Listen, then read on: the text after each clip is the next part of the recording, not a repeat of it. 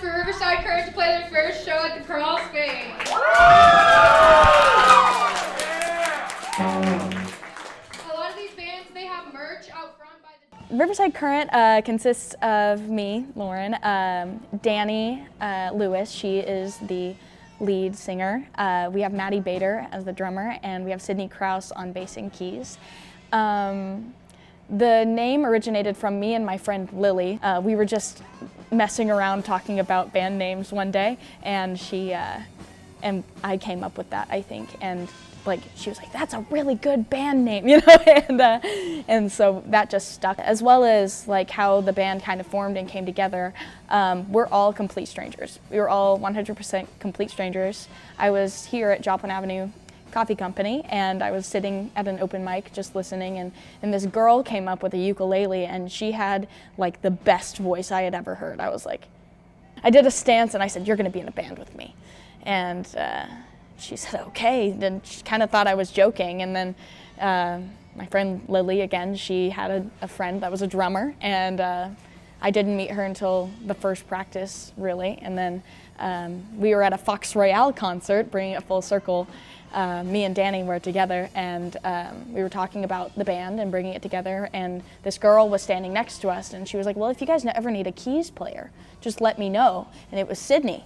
And so we got all together, and we officially all met during the first practice, and it kind of like a stars aligning moment, and it was like the first time we played together. It was like perfect. Like there was nothing that needed changing. She walked away through a cheap pack of cigarettes. All mixed with a bit of intellect. I was hoping never into it. Such a pretty face, on a pretty neck,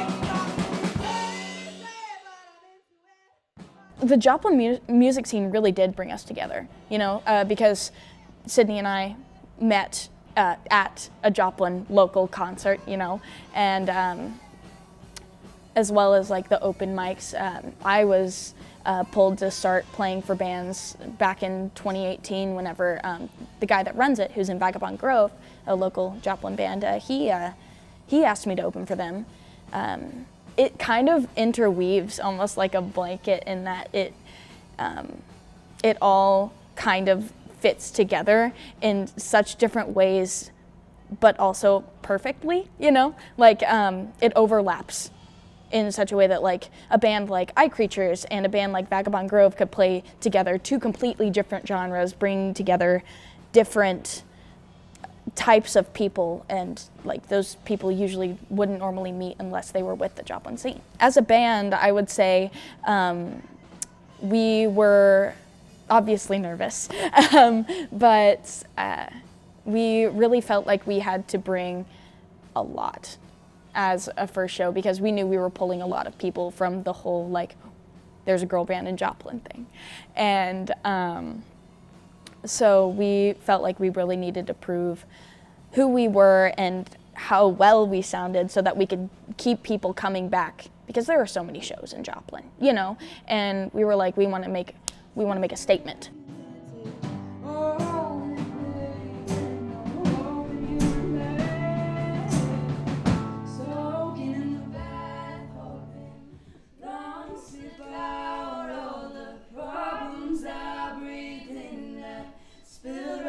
Your mouth and the water drains. Oh, I feel insane. Can't take all this blame, and no hope in you remains.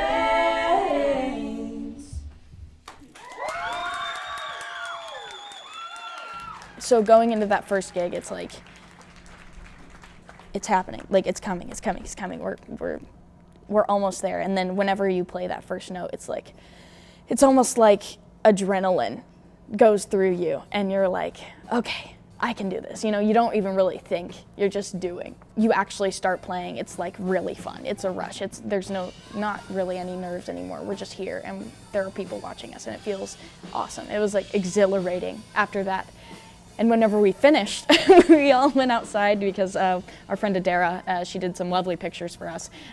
She wanted to take a group photo of us outside, and we were all like jumping around, like yelling. We were like, "We did that!" You know, like it was It was an awesome feeling just to know that we actually brought it and we did it and people really enjoyed it. Growing up in Joplin, people are always like, oh man, I grew up here, I want to get out of here. It's like, ugh, dingy, you know?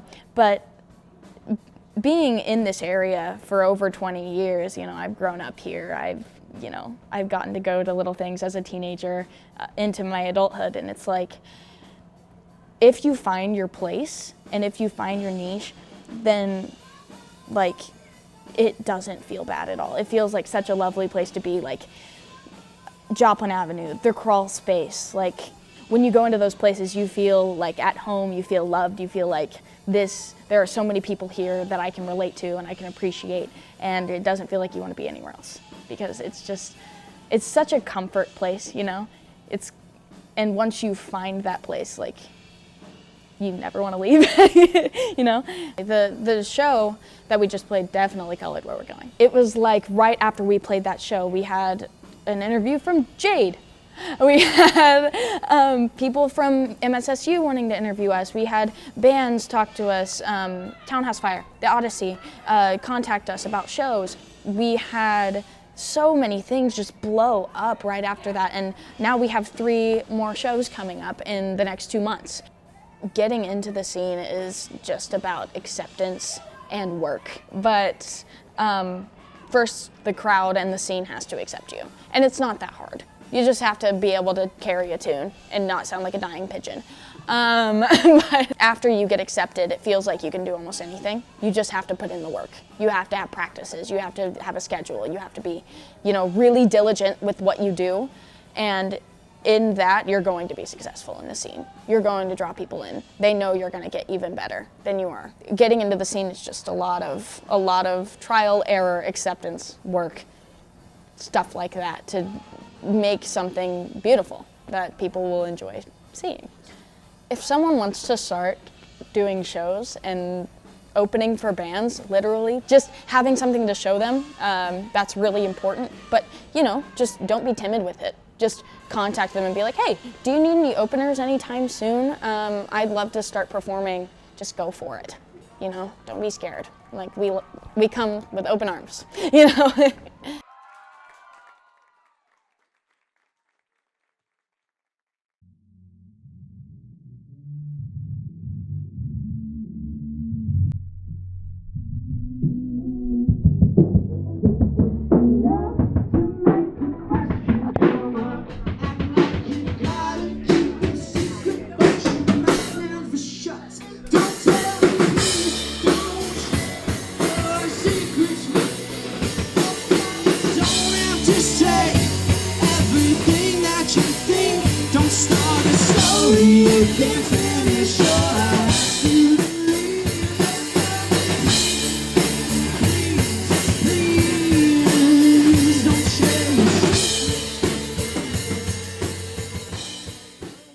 I've been playing here since I was 14. I used to play before, actually previous owners, I played for them. And I just played like acoustic for Third Thursday, like in the front room by that TV.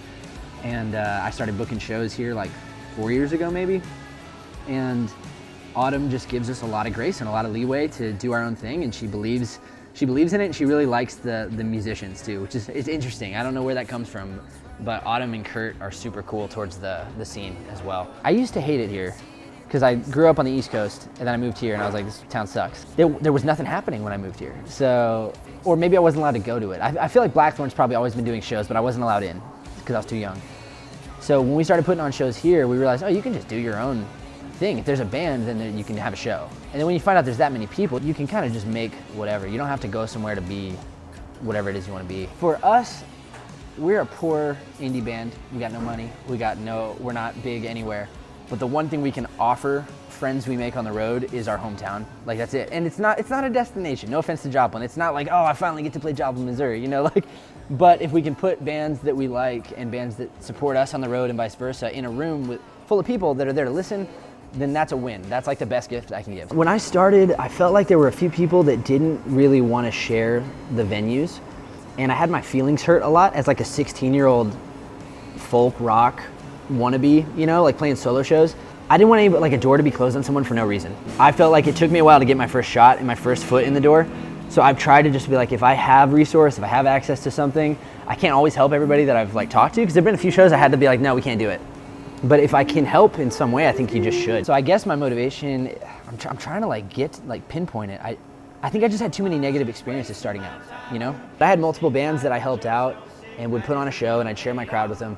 And then I'd be like, hey, we'd love to play a show with you sometime. And they'd be like, yeah, well, if we ever come back to Joplin, we'll play a show with you. And it was a put down, you know, after I thought we'd had a great time, you know? I used to do this thing called Guys on a Bus Presents, where I would put on shows. So even when my band wasn't playing, it was Guys on a Bus at the time, we would host shows for other bands. So there were a few bands that just, they didn't engage, and they didn't treat the crowd with respect, or they haggled about money at the end of the night. I've been stiffed a few times, like playing shows for other people where I'm like the support, or I've traveled to play as a supporting band, and then the headliner won't talk to you, and then while you're playing your set, they go settle up with the door and take all the money. That happened to me twice. One time I had to pay a sound guy. So I showed up to the show, the promoter didn't promote it and didn't pay the sound guy, and then they said I had to pay the sound guy. So I'm in like out of town, I won't say where, and I was out $150 at the end of the show because I had to pay a sound guy guarantee, and then I didn't get paid. So I played an hour and then didn't get paid and then lost money after driving an undisclosed amount of time, but it was more than 4 hours. So like, that was brutal. But the flip side of that is there are other bands that were early on in their career were super cool to us. And I was like, oh, like when you meet a successful band, you're like, oh, they're probably too cool for us. They're probably not gonna wanna hang out. And then when they're chill and down to earth, it's like, oh, this is awesome. Like, these guys are nice. You just don't have to be the too cool for school guy to get ahead. And I think when I met those guys, I was like, I would rather be that person than the guy who has to fight for respect all the time, or like the chip on the shoulder artist. I can't stand being that, and I've been that guy. I was that guy in college. I was just had to prove myself to everybody all the time, and I'm trying to not be that. And I think the more opportunities you share with your other local musicians, the less of a competitive nature there is to the scene.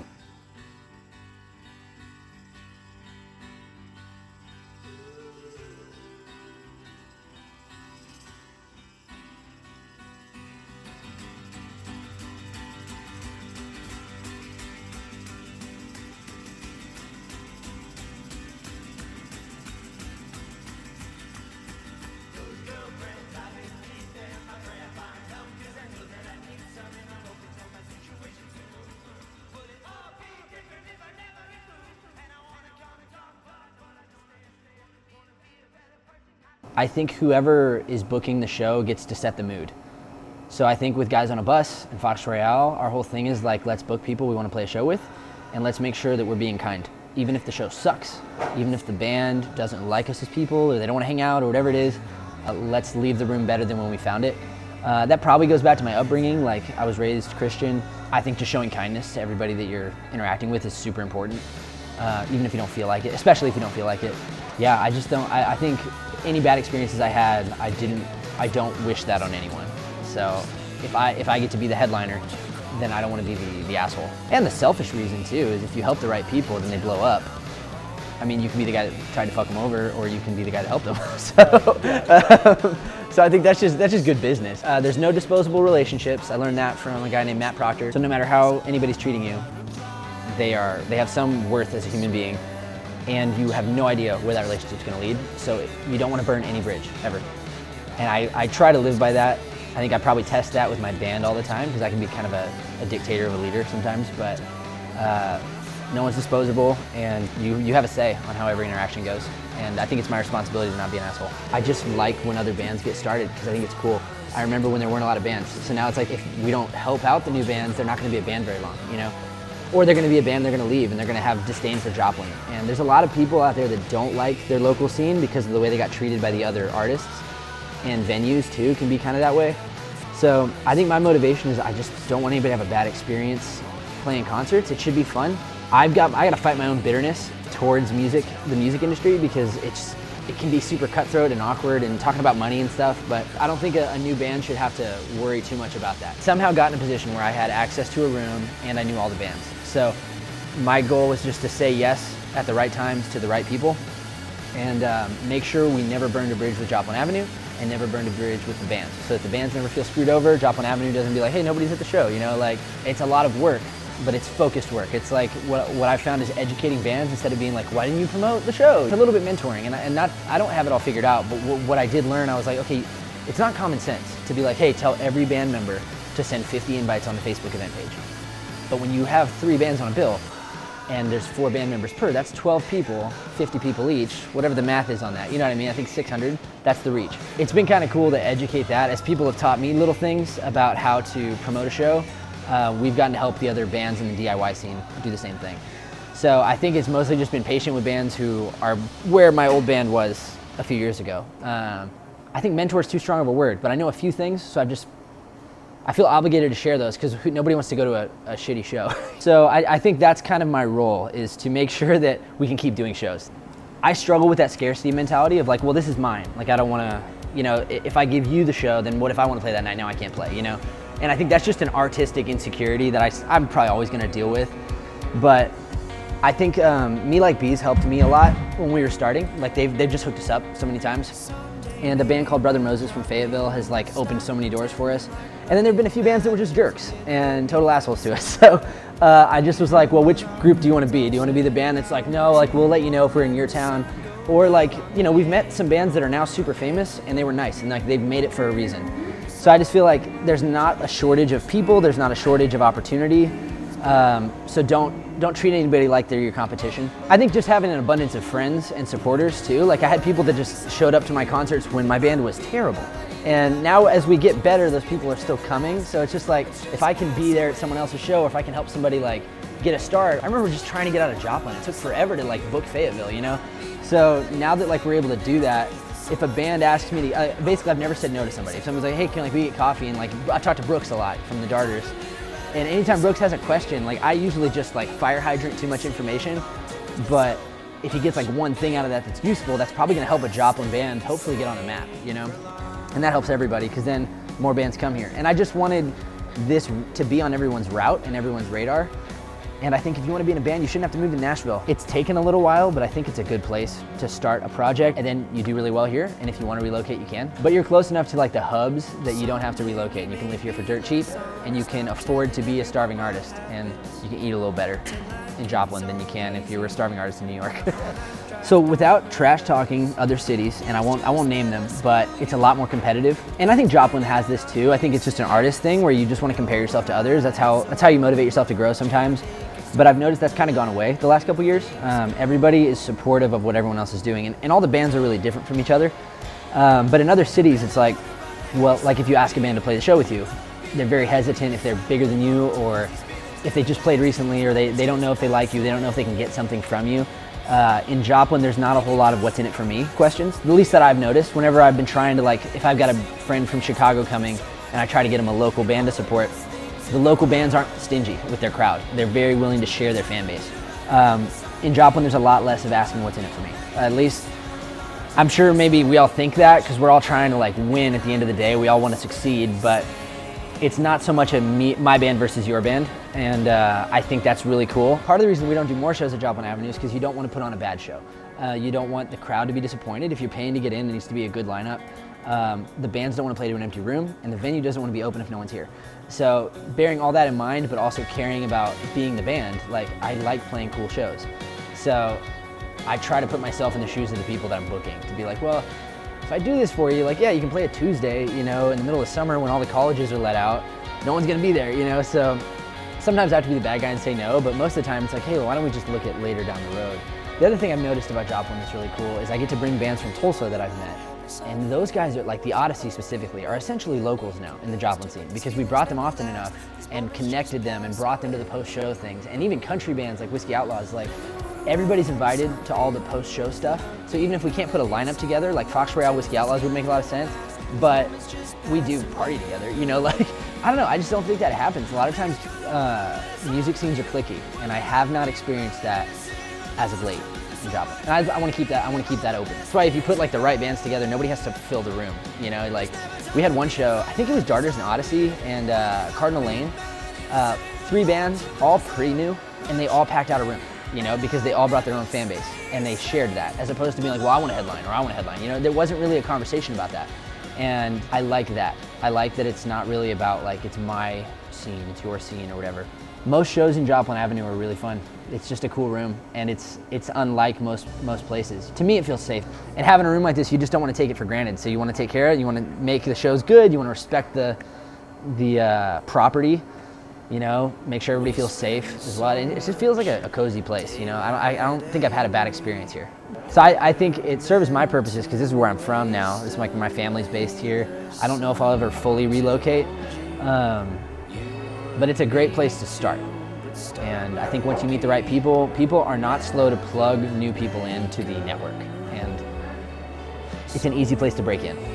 So Joplin's good for that. And I'm hoping that more people will find out about it. The more bands we bring here and the more often we play here, like, I'm hoping that we can get Joplin just on that national tour route where bands want to play here. There's a lot of people doing cool stuff here, and I think Joplin is on its way. And I think some places I've been to recently are on the decline, and I don't think that's the case for the four-state area. And I'm hoping Joplin can be that like parent town to all the, like we got guys from Independence and Parsons coming over to Joplin to play shows all the time, and even Tulsa bands want to play Joplin now. So we're doing our job and we're making it appealing, you know? And we don't want to be snake oil, like we want it to be a good show when they're here. I don't know, if you can't enjoy it, then you should just, there's not enough money in this industry to like do this for the money, you know? I think if you're not enjoying what you're doing, you should quit. And so I'd like to enjoy it. I'd like to have a good time every time I play a show, and I want every band that's on the bill to have a good time. I don't know, anybody that wants to be in a band should try it. I think that too, I firmly believe that it's a cool lifestyle, and if you get the bug for it, then chase it until you don't want to do it anymore. And if anybody seeing this wants to start a band or needs any kind of pointers from one guy who's still struggling, I'll help, like, you know? So.